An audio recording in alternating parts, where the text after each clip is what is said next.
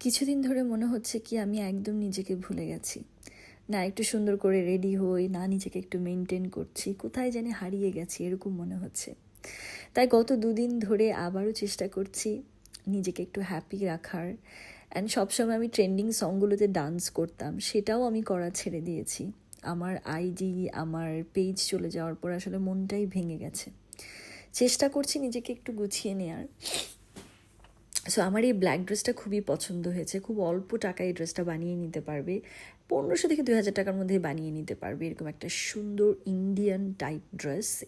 এগুলো ইন্ডিয়ানরা বেশি পরে, কলকাতায় বেশি দেখা যায়।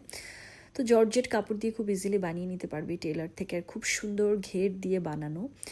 আর মোস্টলি ব্ল্যাকের সাথে কিন্তু ব্ল্যাক টাইপের জুয়েলারি সুন্দর লাগে, মানে অক্সি টাইপের, বাট আমি একটু গোল্ডেন পেয়ার আপ করেছি। এটাও কিন্তু বেশ ভালো লাগছে, তাই না?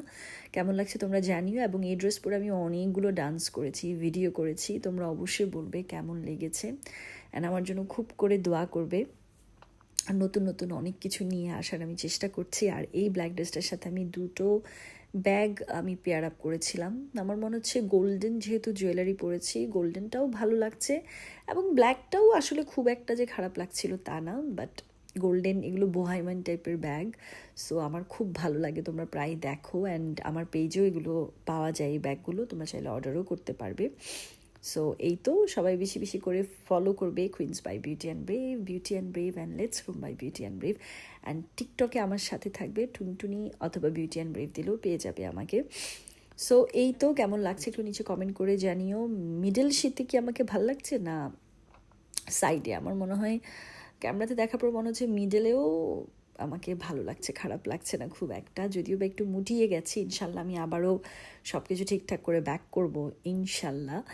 সো সবাই আমার জন্য অনেক অনেক করে দোয়া করবে। যারা আমরা সোশ্যাল মিডিয়াতে টুকটাক কাজকর্ম করি, বা বেশিও যারা কাজ করে, আসলে নর্মাল মানুষরা জানেও না তাদের পেছনে কত হার্ডশিপ থাকে। অনেক সময় অনেক কাজের ভেতরে তারা হয়তো বা নিজেকেও হারিয়ে ফেলে।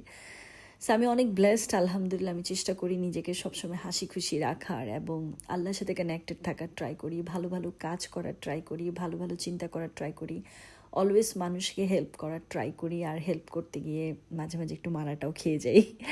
এনিওয়েজ, দোয়াতে মনে রেখো। এই তো, টাটা।